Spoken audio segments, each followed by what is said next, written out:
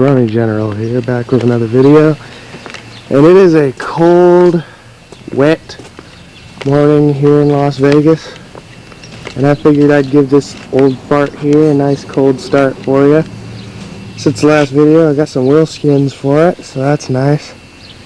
But other than that, I haven't really done much to this car. Hasn't been started yet this morning, so it's totally cold. Let's see how this baby starts. Got my Toyota key here.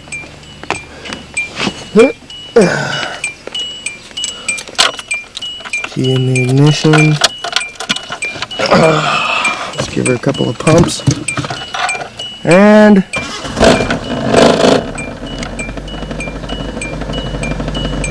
oh yeah.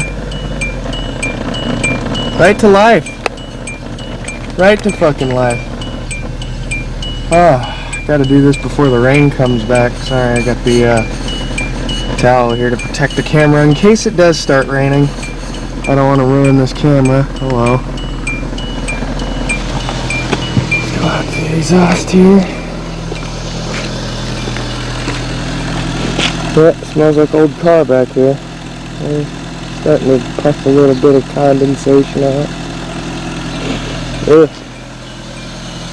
As you can see, sure is a running car, that's for sure. I couldn't really ask for much better than this Hyundai. I've been barely driving it for a couple of weeks now, and it's been pretty good.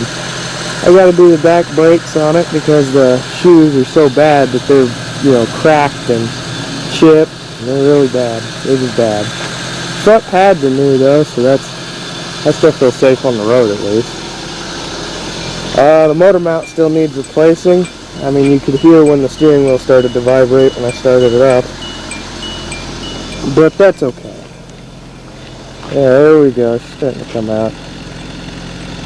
Takes a minute. And so far I've put about 200 miles on this car.